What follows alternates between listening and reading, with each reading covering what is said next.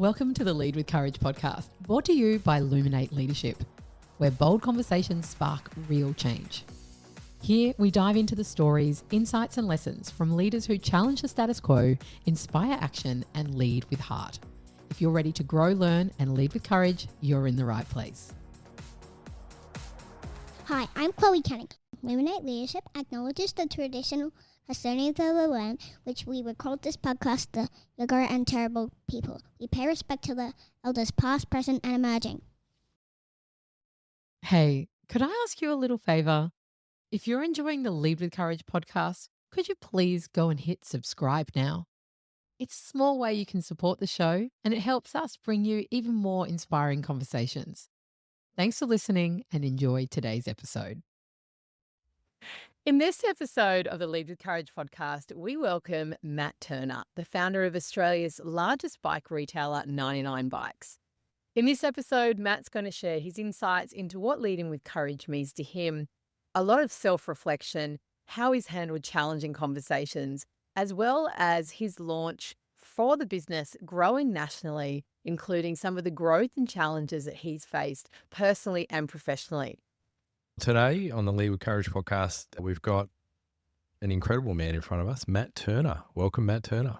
Thanks, Andy. Welcome. Cherie. So good to see you. Thanks for being here. Yeah, thanks for coming. And thanks also for inviting me on your podcast, Cherie. It's great to be here. I haven't been on here in a while. So fortunately, some stars aligned and now I can be. So thank you. Oh, you're welcome. First question we'd love to kick off with for Matt and every other guest, all 60 of them up to now. So what does Lead with Courage mean to you?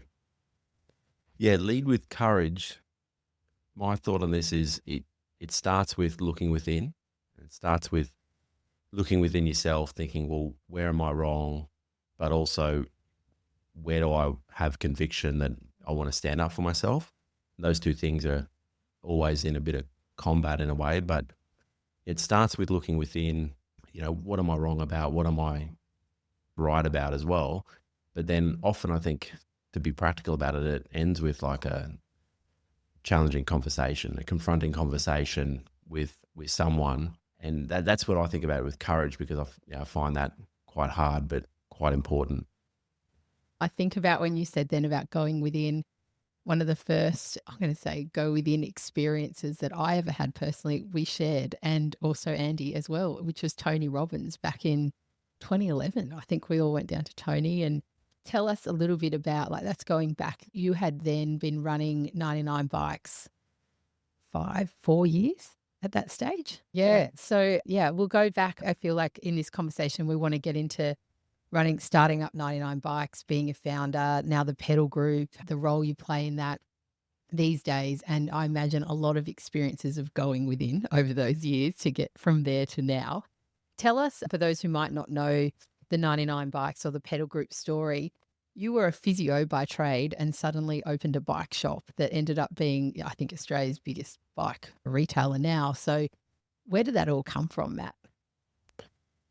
Yeah, I was a physio for 2 years, found it a little bit boring. I wanted to open a business. I knew mum and dad would give me some money to do so. So I had tennis coaching because I was big into tennis. I was big into riding, so bike shop, or physio, a physio practice. And I just chose bike shop and just jumped in. I read a few books about bikes and stuff, but in the end, I just had to open it. And so I opened a first bike shop, employed 4 people, and slowly figured out that everything I thought should be in a bike shop, or how I thought it was going to be, was never how it was. So where are we at now? So that was the first one in Milton, Auchenflower? Yeah, in Milton. And then 2025, how many shops now in the retail footprint of 99? Around about 70 retail shops. Wow. Across. And then also the rest of the pedal group. Can you explain the whole business of the pedal group? Yeah, it's still pretty dominated by the 99 Bikes brand, but behind it we have a wholesaler, Advanced Traders, who imports bikes. And then we also have a property division that owns property. So there's 3 different arms of it, but it is, say, 80% of the business is the 99 Bikes brand that you see. Yeah, I'll never forget. I did a short stint at 99 Bikes as the first area leader. And back then there was 8 stores, was my memory, 8 stores in Queensland, and then opened the first New South Wales store at the time. I remember at the bang night or the bang mornings, you kept talking about we're going to open 50 stores, we're going to open 50 stores, and we're, just passing 8. Where does that vision come from? One answer, it comes from people like Tony Robbins, right? Yeah. I suppose I had that vision initially, but then watching people like Tony Robbins go about their business, you then learn how to put it into play, like how to bring the team along the journey a bit. Not just Tony Robbins, but there's plenty of people out there, and it's more accessible than it even ever was now. Did you just pick 50 out of nowhere, or is it just like that is what you wanted? Yeah, that's a good one. You just got to pick it out of nowhere, because where else is going to put from? Just only go for 50. You can go and do it on spreadsheets and try and be smart about it, but in the end of the day, you're picking stuff out of nowhere, and you got to get a bit comfortable with that. Yeah, it's amazing. Totally is, yeah. I like the 50 out of nowhere. I've been thinking about this recently because I more default to the spreadsheet side of things and then try and work it out and get totally stuck, get lost. Yeah. And then it's like dreams collapse under spreadsheets, right? But the 50 is so important, I think, to go with, because it then casts a vision for everyone else there. And then it doesn't matter kind of what the detailed plan looks like at that moment. It just matters that 50 is a number, and then you'll kind of figure out the things along the way. Yeah, I do think there's a bit of a feel for the numbers that you still do need, and you need some spreadsheets and you need some calculations and some version of modeling. Some version of modeling and a bit of a feel for it. Like, you don't want to be too far out there. You want to feel like it's a little bit realistic, but it's more of an art than a science. One of the things I'd love for us to discuss when we talk about like resilience and growth as a founder, that getting to 50 now in the 70s and the property side of the business, like it's great to see it now and go, wow, that looks amazing. The build up until COVID, I think COVID changed from what I can see. And Andy also worked at 9 Bikes during 2020 and 21. The trajectory that COVID took the business on is incredible, and I think a really cool conversation to get into. Before COVID though, it wasn't always dreamy and rosy and good times. Like, it was, I imagine, a lot of big challenges for you as a founder. Can you tell us what were some of those big keystone moments for you pre-COVID? Yeah, like there's a lot of changes looking back, and you were a big part of it there for a while a lot of things were changing, right? So tell me. In the early days, I think things were changing quite often, and you would have seen that. Often think that one of the first big changes was actually the second store we opened, because the first store was 7 days a week, 7 to 7, I think we were open. And it took all my energy to sort of open that one store and learn everything new. And then when we opened the second store, it was a big change, because it was just, I couldn't be there all the time. So that was the first big change. And often the changes are, forced upon you. You have to then allow someone else to take the lead, or allow someone else to take more responsibility, or give up a bit of control. Once we got to maybe 5 stores, that's another pretty big change, where I think by 5 stores I wasn't working in the store anymore. So, prior to that, I was sort of probably still serving customers quite a bit, but 5 stores now you're not. And, it was about the 5 stores when you came on board. Yeah, it was. Then we're starting to have an actual support team, people just working in the office, not working in the stores. And then going from 5 up to, say, 17 was another big step. And I feel like I was forced into that quite a bit, as with most changes, I suppose. Either force yourself into it or other people force you into it. But that was probably the toughest point to me, around about that 5 years in. I'd never put more energy into something. We weren't really profitable. Certainly the part of the business that I was focused on with retail wasn't profitable. So after 5 years of putting in huge amounts of energy, it feels like you're not going anywhere when you're not profitable. And there was a moment there where I took 2 months out. I think we had probably 11 stores at the time. And I took 2 months out, but realistically, it was mostly because I'd just given up. The challenges were just overwhelming, and I wasn't seeing enough light at the end of the tunnel. So I took 2 months off and had a great time. Like, just thought, wow, this is a lot better than working in the business. What did you spend your time doing? I actually went to a few tennis tournaments. Tennis was my old passion. So I reconnected with tennis, went to Singapore, went to Toowoomba, John Millman is now like a reasonably famous tennis player. So I traveled a bit with John. Another one, Sam Groth, who was a friend of John's, who I think he still has the fastest serve in the world. Back then, they were ranked 500 or 600 in the world, and they were just doing these little tournaments. And so I reconnected with them, just had a great time. I was just exercising, bit of hitting tennis with them, pretending to be a bit of a coach for them, but not really. Bit of a physio. I probably did give them a few massages and another pretending to be a physio. But, my whole outlook on the world changed just with 2 months off, because I was in such a pressure cooker with these high expectations, not really feeling like I'm getting anywhere in the business. And then and one of the big things I did do well then, looking back, is really out of luck in a way, but I just said to Lynn and Rob, who were sort of my two people in the business at the time, that I said, like, okay, I'm taking some time off. You guys can make any decision you want. You don't have to come to me for anything. Like, of course you can call me if you think you need to, but no decision is out of bounds for you. You just go and do it. And it was more because like, I just didn't care anymore. This was the real reason, but what You could pass it off as being empowering for your people, but I just didn't care. It probably was a little bit of both, but it was surprising how empowering it was for them. Yeah. And they just loved it. They just thought, this is amazing. So when I came back 2 months later, they'd really taken that, they'd been there since the start of the business. So they'd put 5 years of their life into it as well. And they loved the opportunity. Just, oh, wow, we get to do whatever we want. Mm. And then when I came back, the whole team's energy had changed. The whole vibe had changed a lot. I don't know if you were still there, Cherie. Were you still? No.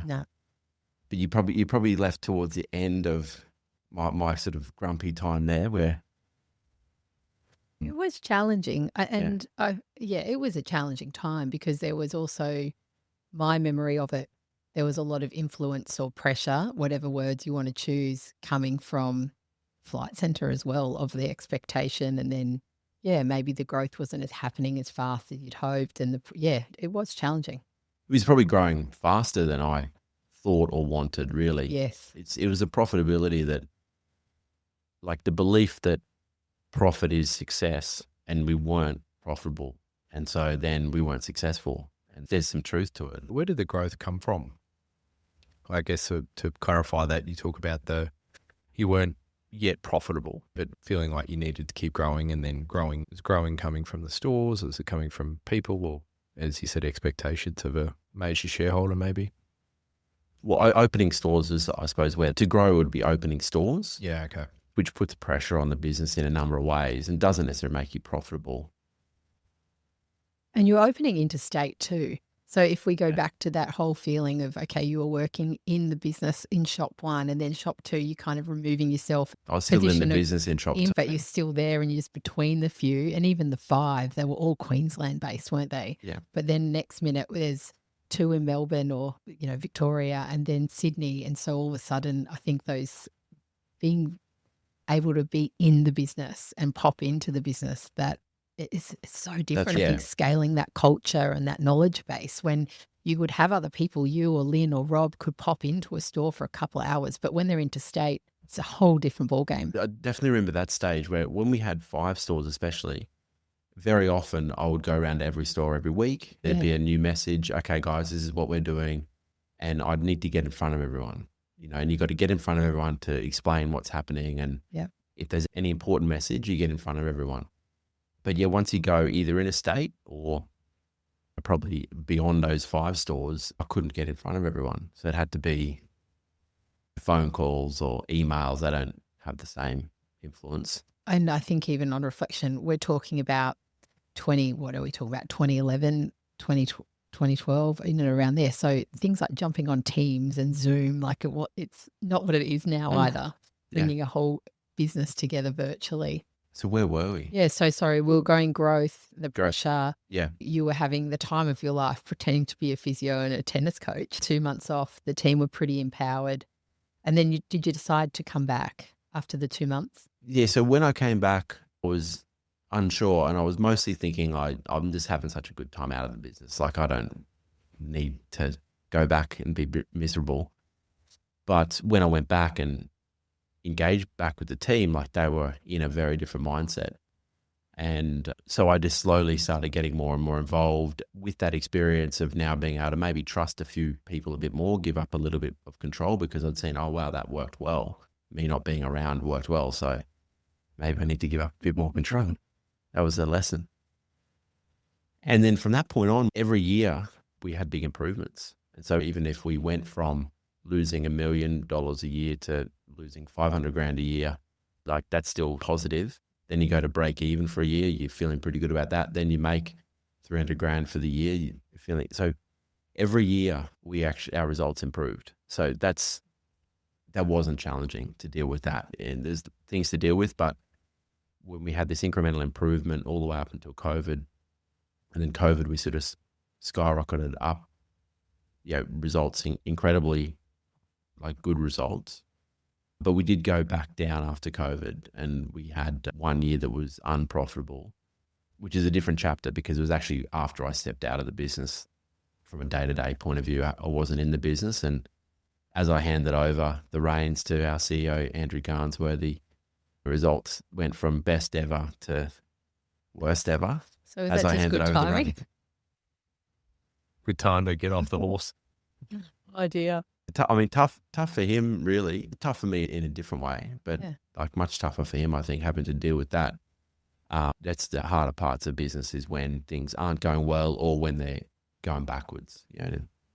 I was going to ask as well, commenting, Bikes in the Pedal Group is maybe a little bit different to other privately run organisations where you have a massive amount of shareholders. Those large amount of shareholders largely are employees of the company as well. So it's a bit different to, kind of rocking up for your job and you kind of get your salary and then you kind of go home. Like the people that come to work at 99 Bikes and stay there for a long time, like they live it, they breathe it, they do everything. They have a good amount of money tied up in the business as well. So I'd imagine that even makes that transition a little bit more difficult if the results aren't quite there and they're going down. I feel for Garni in that. Yeah. I mean, it's one of the best things about the business at the moment is all those employee shareholders, and about 16% of the business is employee owned. It's broad based, like everyone gets some gift shares. So everyone has some small amount of shares, but the top 20 employee owners would have significant amount of share ownership, well in excess of 100 grand worth of shares for the top 20. Can you tell us about that? What was the motivation behind setting it up that way? What are your thoughts? Has it been a powerful decision for the business? Oh, it's a good question because it's an easy one to answer. I love that about the business. It's my favorite part about the business. And probably the thing I'm most proud of is that we set up that employee ownership and how it's gone. And then it's been really good to go through the backward step in that way, in one way, because as the share price was increasing, it's a nice way to start when the share price always increases. And it probably helped get a bit of momentum, but it wasn't really tested until the share price went backwards a bit. And I think it came out of the test pretty solid. I mean, just showing that employee share scheme has been successful. It's really worked when people can handle the share price going down. That was quite a good moment. But where it started was 2015, and it probably started from a really good place because it started from, we'd had the challenging, unprofitable times. We'd improved year on year. We were at a point where I really believed in the business a lot. We'd had 3 or 4 years of improving results, but I could see the momentum was just gathering and we were going to do well. We'd actually made back all our losses.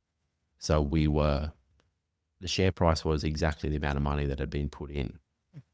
But I could see that was really good value because of where we were at, where the momentum was going. Didn't have a huge amount of expectations, but I put out there that all the employees get this chance to buy in. But they had to put in their own money. We would give them a little bit of debt, but they had to pay interest on it. Or we'd give them a lot of debt actually, but they had to pay interest on it. So it wasn't an overly generous offer, except that I thought the business was going to do well. And except that there was that unsecured debt that they had access to if they wanted to take that on. And a high proportion of them did, and they've all done well out of it since.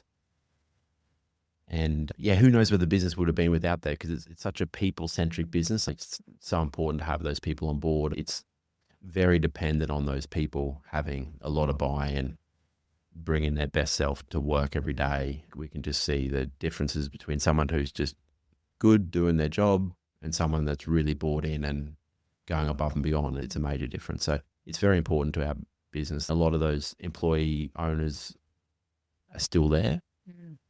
We might have had maybe 25% of people who bought in significantly have left and gone elsewhere, and a lot of them still hold their shares. Some don't, some have sold on, but probably 75% of those people are still in the business 10 years later. Yeah, that's amazing, isn't it? Incredible. What are some other challenges or chapters in there that jump to mind for you that you're like, yeah, that was another big one? Obviously, taking the time out and coming back was a big one, but what else was there for you? I mean, it was a more personal thing for me, I think around that employee share scheme time, about 2015, where really just outside of work, I had a tough time sort of mentally. Like, I went through this period that I went through a bit of psychosis. So I was like, what do they call that? You know, when you lose track of reality. And so it was a big growth event for me that I don't think it had a lot to do with work. It was more like a relationship breakdown outside of work. And there was just a big growth moment for me. It was another sort of step in really trying to become better at giving up control and just learning the power of acceptance. Because I think naturally I'm just someone who I'm, goal driven, just high achiever, and, very capable of being able to focus on something and work hard at something. But that natural ability, like your strength is your weakness. And so while my strength was being able to really change things, make things happen, achieve what I set out to achieve, then my natural weakness was then being able to just accept things as they are. It took an episode of psychosis to really nail that home to me. I think my brain was just in overdrive. It was way too overstimulated, and went to a place like I hope I don't have to go to again. The classic, like whenever you go through your toughest times, you learn the most. And that's kind of where I learned about acceptance has been, and it's still a day-to-day challenge as far as figuring out what to accept and what you want to change, because there's never any right answer there. But trying to keep a balance and knowing that accepting something as it is just as powerful as deciding I want to change something.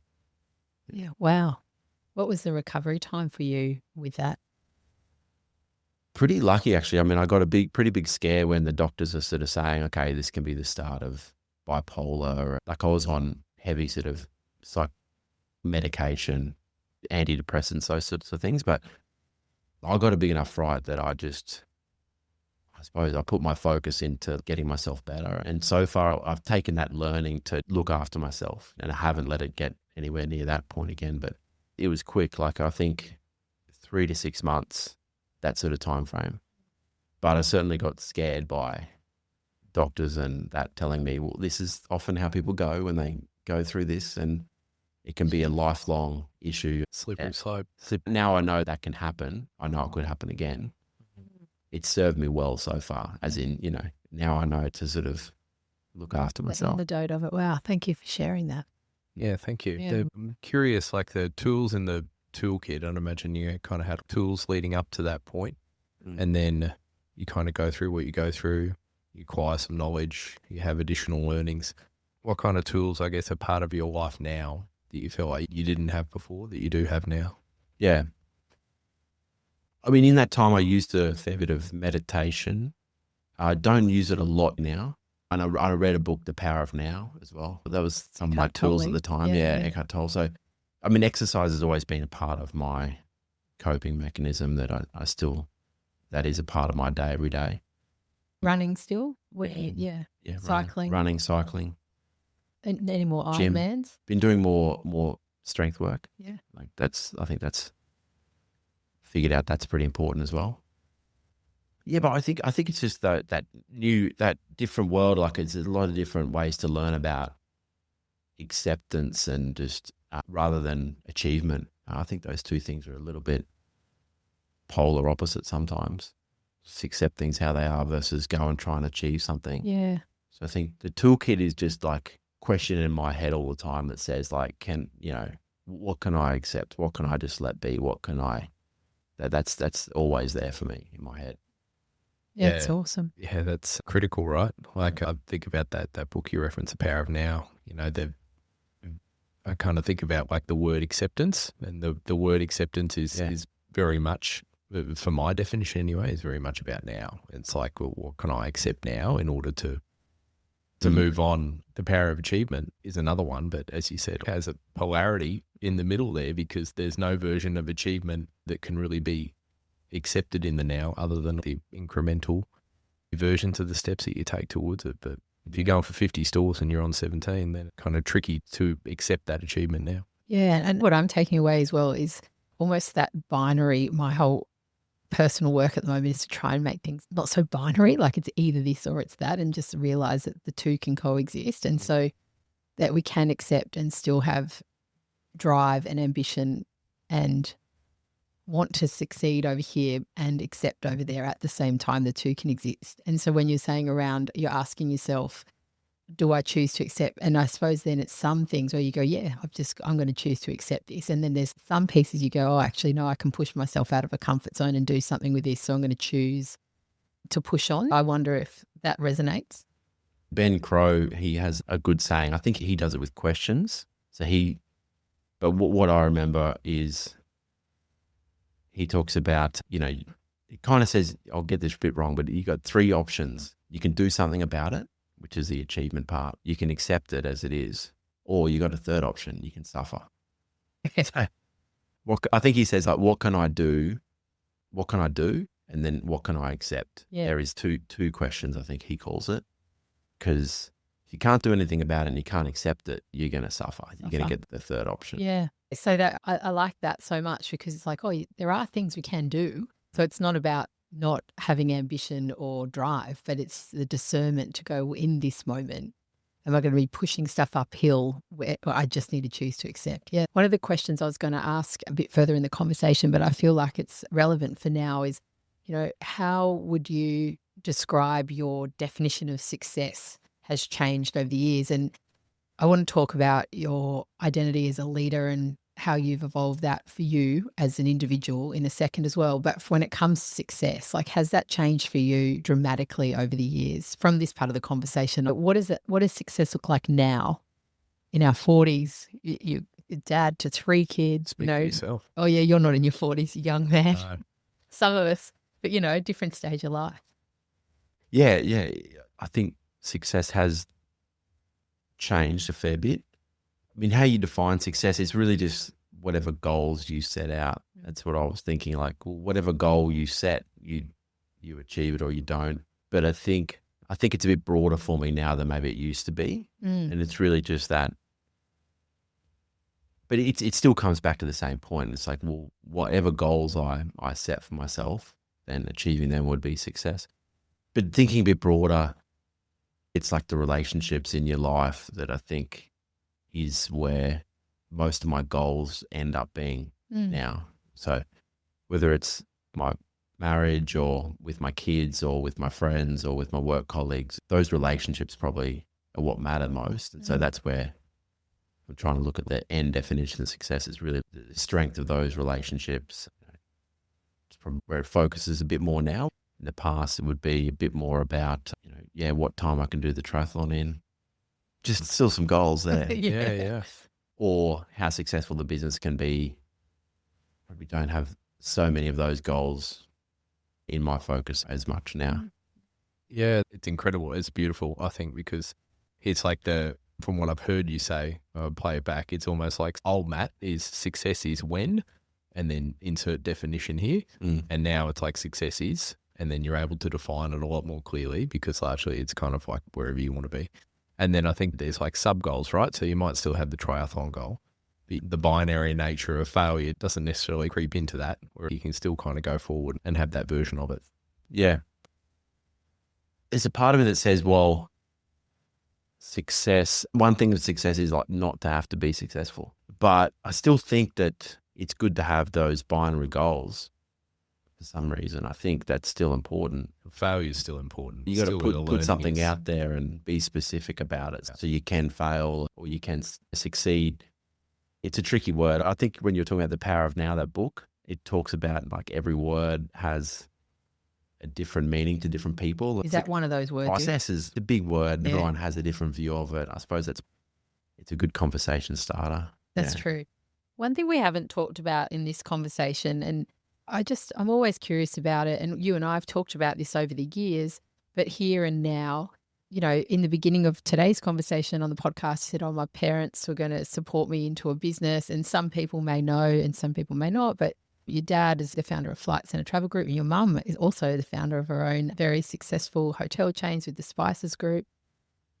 Growing up as a son of Screw and then starting your own business, can you tell us like how did that impact you in a positive way? How was it challenging for you? And I guess we'll talk about where you are now with it. But in the early days, what do you recall? Yeah, I think I can only really see the positives, I think. But I think there's a big positive there in just the belief. Like, if your dad can do it, then you can do it kind of thing. Everyone needs a role model to look up to. And I think it helped me a fair bit in that belief part, and I think if dad wasn't there, if he hadn't been successful, like, I don't know if the same belief in the early stages would have been there. Maybe it would have been. Like a blueprint or a skeleton at least. Yeah, I'll use a tennis analogy because when a nation has a successful tennis player, like when Switzerland had Roger Federer, the Swiss tennis, there's all these Swiss players coming up and doing pretty well, or there's a lot of like really good Serbian tennis players at the moment because of Djokovic. Yeah. And then the same happens with Australia. Like, there's these, you got Leighton Hewitt, and then people come up behind them. They get this belief because, someone from my country's doing well, I can do it too. So true. But it's got nothing to, like, it's practically speaking, doesn't really make a difference if someone from your country or another country, like we're all humans, but there's a belief aspect there. So yeah, it's very aspirational, isn't it? Like I think about that with the US tennis at the moment, like back 25, 30 years ago when it was like Sampras, Agassi, the juniors were at all-time high for subscriptions. They had lots of young players coming through. Andy Roddick was like the next biggest thing. Yeah. And then kind of after that, Roddick won one Grand Slam, no US men's player specifically. Women obviously very different with the Williams sisters, but no men's player has won a Grand Slam since. So they're kind of struggling to fill that void at the moment into who's going to be the next big thing. Yeah. Well, I think the US tennis is going to come back pretty soon. Yeah. But yeah, so I mean, back to say with dad doing well in business, I think it only helped. The only other thing I can think to mention is it was a bit of an experience like getting involved with Flight Centre, with the pedal group business, because we didn't start with Flight Centre. We just sort of started outside in our own little world. Flight Centre bought in sort of a year and a half later. And then we had this 50-50, which sort of still exists now. But the point being that getting involved with Flight Centre was like an eye-opener to me because like dad was always just dad and didn't really talk much about business, and I didn't really think too much about it. But you go into the Flight Centre world and he's certainly looked at a lot differently in the Flight Centre world. He's like a hero. And it's just like, this guy is like such a hero, and it took a bit of getting used to. Like it took a bit of... By default, then you're this mini hero, don't you reckon? Yeah, it might have been a little bit of In a the tension beginning, because of that. A little bit of a tension that I had to sort of deal with in the beginning. There was a bit of like tension on me, was a bit something to deal with. But then watching everyone like worship my dad, I thought was, that I love as a dad, but thought he's more normal than what everyone else was thinking he was. Yeah, it was probably just like, 2 or 3 years of getting used to that. And then it sort of all settled down into what just feels normal to me now. Don't really see it anymore, but it was interesting at the time. I imagine in the beginning, everyone from Flight Centre probably just expected you to just be mini Screw and just expect the same way of thinking, the same everything. I think that's just, Screw's son must be the same. I don't know. Then the pressure that it must feel to be in inverted commas again, but like successful or get the results. And But yeah, I suppose, as you say, when you're settling into your role and going, right, that's just dad. Like, I'm going to do my thing over here. I've got bikes over here, and yeah, just get used to it. Yeah, I think it was a really good support in the early days as well. We would talk a lot more, or I would lean on him a fair bit in the early days. I feel like that first 5 years especially. I vividly remember I was thinking about this in prep for our conversation today. And I remember sitting in a conference, and I was a team leader in Flight Centre brand on the Sunshine Coast. And your dad was speaking at a conference to us all, there's 1,000 of us in the room, and talking about the future of Flight Centre and how we're going to diversify a little bit. And like, these are early, I don't know, 2007 or 8 or something around there. And he's like, and, I think we're going to get into bikes. And people, I just remember sitting in the room going, bikes? Why would we get into bikes? We sell travel. Couldn't be further from the truth. But yeah, it's incredible. And we were really lucky, I think, more than anything, just in how well the Flight Centre model fitted into the bikes game. And you in particular came from the Flight Centre model. And I think, converting that into bikes, I always sort of say for half the business, it just works perfectly. For the people side of the business, because we're selling similar types of, it needs similar types of sales process. The bikes don't sell themselves, travel doesn't sell themselves. So the salespeople are really important. It's a bit of a complex product. It's about the same dollar value. Those sorts of things mean that you can run the teams with the exact same philosophies and models. And I think it works really well.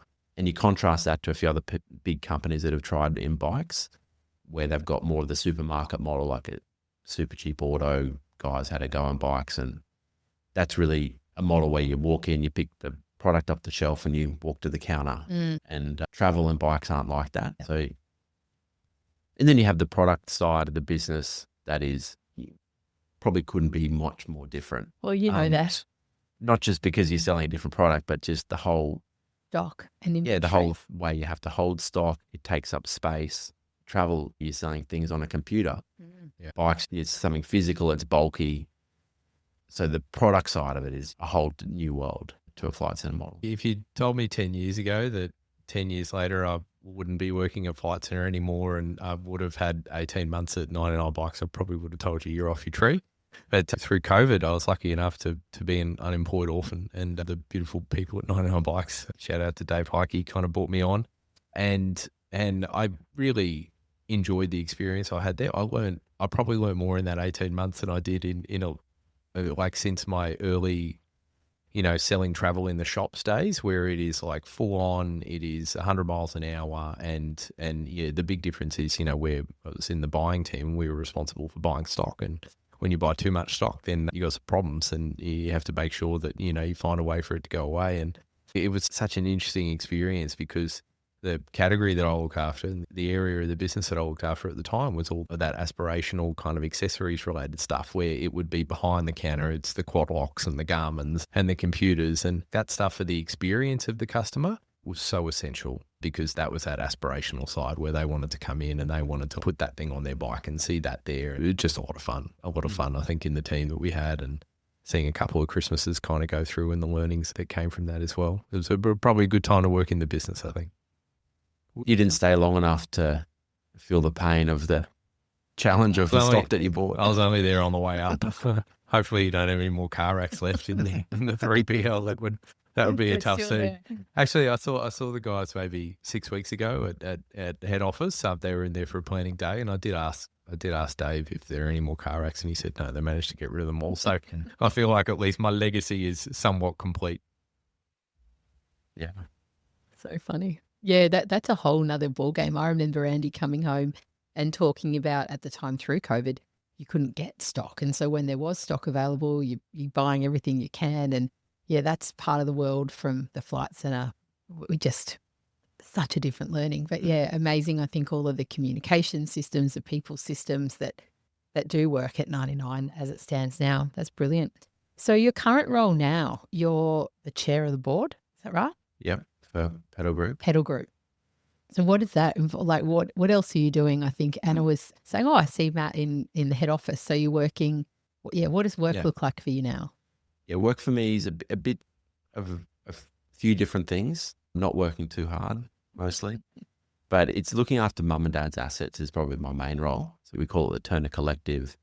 There's a lot of various different businesses in there that I'm still fairly hands off, but all of mum and dad's assets we now have in a more organized like family group, and we meet once a month with me, my sister and my parents and one other person who chairs that. And so I spend most of my time, but really only I think like 2 or 3 days a week there. And then say 1 day a week I've got with the pedal group, and that doesn't involve a lot. Like just involves keeping in touch with the business, just the big picture decisions.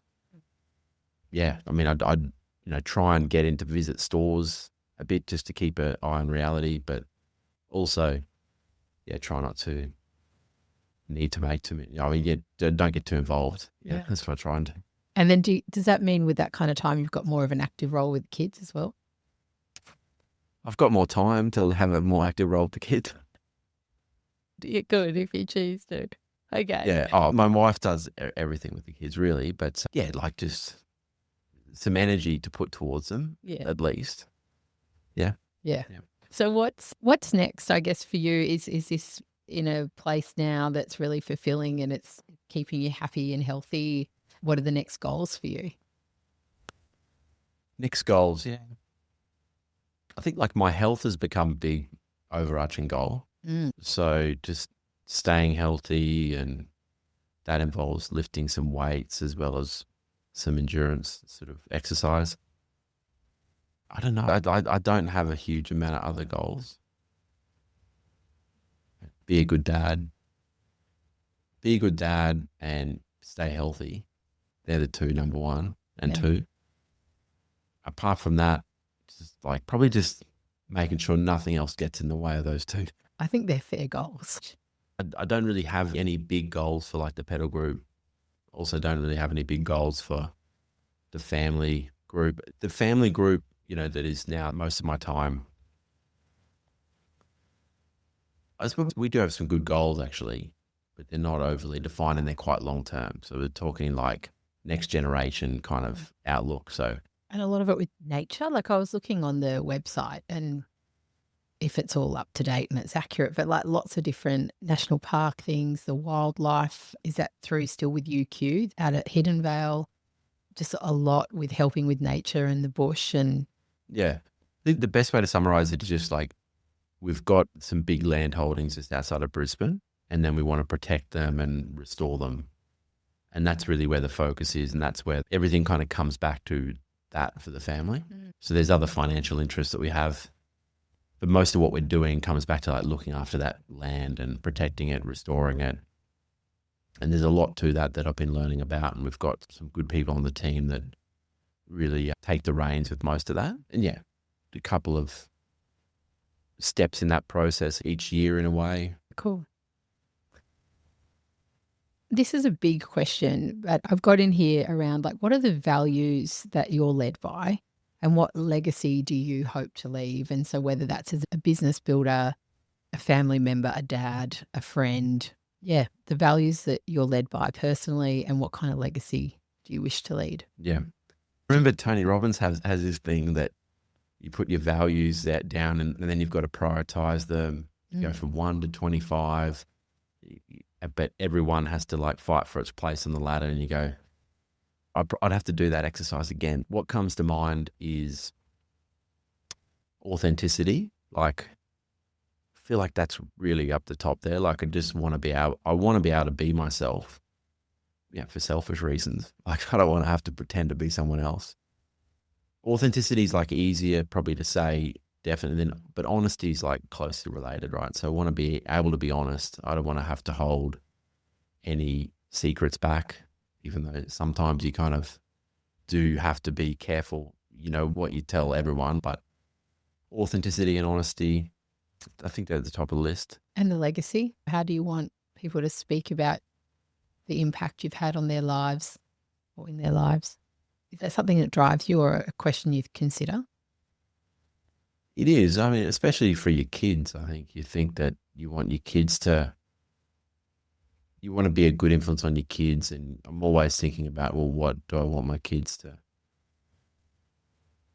not just think about me, but maybe learn from me?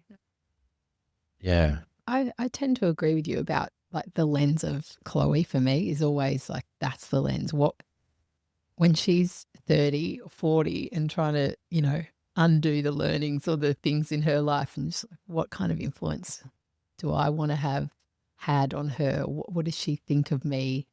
What does she learn from me? It's such a driver rather than necessarily always the external people outside of us and our work. And I think to have a good influence on other people is important, but like that real legacy for me all comes back to your own children, child in our case. Yeah. I think it's not necessarily that you want them to think of you as this good person or whatever. It's a little bit more like, what can you transfer to them that's going to help them, that's going to make the world a better place, make them a better person, that they may or may not know it. They may or may not be thankful. Like, they're not necessarily the judge of it. Yeah. But still keen to do what I can to sort of, because it's sort of like paying it forward, right? Passing it on and feeling, well, I'm grateful for things my parents did for me and opportunities I've had. And your kids are a great way to try and pay that forward a little bit. Yeah, that's so true. They're not here to judge it. And it's almost, I wonder how many of those lessons are subconscious for them. They won't even necessarily know. Yeah, that's so true. Man, I've got a really random question. I'm so curious to know what, over the course of your life, what role has like money or wealth played for you? Yeah, well, it's a reasonable part of what I think about now because I'm managing the family wealth in a sense. So it does come up. I have a bit of time to think about this, I suppose. Yeah, I mean, I feel like we were always brought up to that wealth wasn't important, but I think it's probably a fairly common thing. And then I think over the last few years, I've looked into, what does it mean to be wealthy? Like, just one thing I can think about at the moment that really, like, wealth inequality is a really interesting challenge for the world at the moment. And some of my beliefs around it are that we need to have wealth being unequal. There needs to be people who are wealthy and people who are not wealthy, and you climb the ladder, and that's capitalism at its heart, and that's important. But also think there's a limit to how much it needs to be or even should be for the good of everyone, how unequal it should be. And that is actually something we should be measuring and looking at. And you've got the election coming up, and that the government's not really going to look at it at the moment. It's not really something that's measured, let alone talked about. Like, how unequal is wealth in this country and in the world? The general trend is it's getting more unequal. And I think that'll be to the detriment of everyone if it keeps going. Like, it's good to have it unequal, but it only to a certain amount. The variance. And the other good part of this is, like, everyone in the world almost is getting wealthier. Like, so you hear people talking about how bad things are and the doom and gloom, which is classic, always happening. But when you look into the real stats, over a long period of time, everyone's getting wealthier. A lot more people are coming out of poverty. Like, the standard of living. The standard of living is generally increasing. Poverty is reducing around the world, even though there's you can point to a lot of bad things, but that's the general story that I've seen. But yeah, it's more like the next step, I feel, is, well, let's measure like how unequal the wealth is distributed and try and define, like, well, how much unequalness is good. We do it with inflation. The minds of the world have worked out that 3% inflation is the right number. And then we try and manage it with interest rates. And there could be better ways to do it, but we're trying, and we've got 3% as this target. And yeah, that's sort of what I've come to think about wealth is, like, it's a responsibility as well. That's the other thing I feel, that it's a responsibility. It's an opportunity.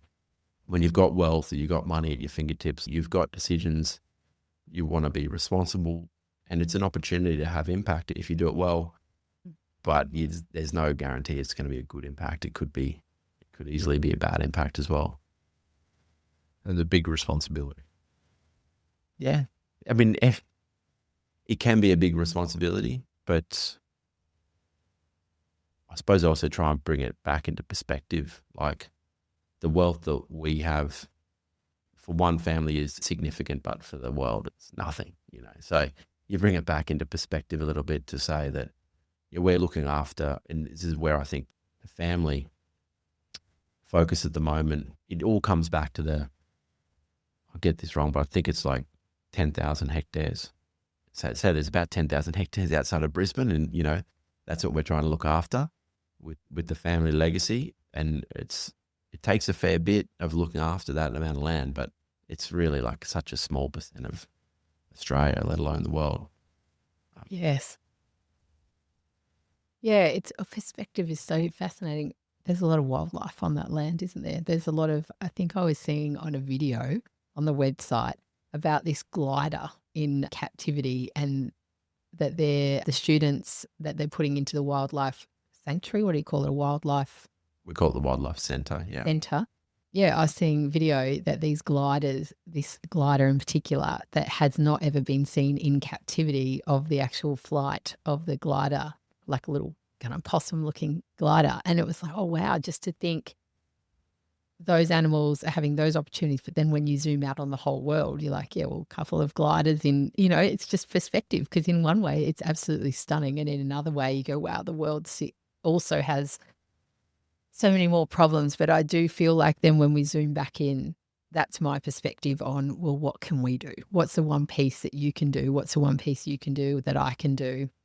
And if we all do our pieces, then the world becomes a better place. But I think sometimes the doom and gloom can be very overwhelming for people, where it almost becomes just unfathomable to be able to make a difference and make the world a better place. But we just got to do something in our own space. It's certainly interesting when you're looking at land and wildlife. And my sister actually brings this up pretty well, like hard to argue against her. But she's like, what impact are we actually having on the world? When you look at the world, and it's true, you just got to. But that's you. That's your. Yeah, you're doing the work. Yeah, you can just do what you can do. We can all do what we can do. Yeah. Maybe this is the time that I might need to edit this out, but maybe you should come and do the CEO sleep out, and we'll get Joe along as well, and we'll raising funds for homelessness. What time of year is that? Is it June? Yeah. What day is your birthday again? 26th. June. Yeah, it's a week before your birthday, 19th of June. So it could be a great way to celebrate. One of my good friends did it last year, actually. John Millman, Starkey from Flight Centre's in the crew. Okay. It's my second time doing it, but it was cold, but it was actually quite mild last year. We got a good night. But it's when we talk about the impact, and I think it was only the other day, it's like 25% of the homeless people in Australia under 25. You're like, wow. Anyway, that's another conversation for another time, but that's the bit that I'm trying to do this year. So if anyone's listening and wants to join our group, we are still looking for people. All right. It's a good cause. I might edit this part out to take the pressure off you, but maybe, you're welcome to join us anytime. Thank you. No. Oh, dear. All right. I'm going to pull out a card from here. We've got some cards. We play with these in some of our workshops. They are randomly selected. If you just want to pull one out and read out the question, you can redraw if it's really not for you. All right. So I feel happiest when I'm exercising, comes to mind. Or listening to music. Which I often do together. Yes. What's on your Spotify playlist at the moment? Moana 2. Yeah, I got Disney Princesses, so it's top of my list. Yeah. My eldest is very into music, which is good. We bond a bit over music. I don't know what else. I've got like some Triple J Hottest 100 sort of best of. Do you still DJ a bit? No, I don't DJ, but you used to. I do love the Hottest 100. The Hottest 100 keeps me going for a year. So I just get into it each January, learn a few new songs, and that's my... Yeah, brilliant. And then, mix in with Moana too. Yeah. Awesome. Well, Matt, it has been so good sitting down and chatting with you. Thank you for sharing your stories, your perspective, and it's been a real joy. So thank you for spending the time with us. Thanks, Cherie. Thanks, Andy. Thanks, you. Matt. Thank you. And that's a wrap on this episode of Lead with Courage. Thank you for joining us. At Luminate Leadership, we exist to inspire and grow the leaders of today to create a better tomorrow. We believe that the people are the number one asset in every organisation, and we're here to support you in developing yours. You can see all the work we do on illuminateleadership.com.au or across all of our socials. If you found value in today's episode, we'd love for you to follow, rate and share the podcast with others who are also passionate about leadership. And until next time, keep leading with courage.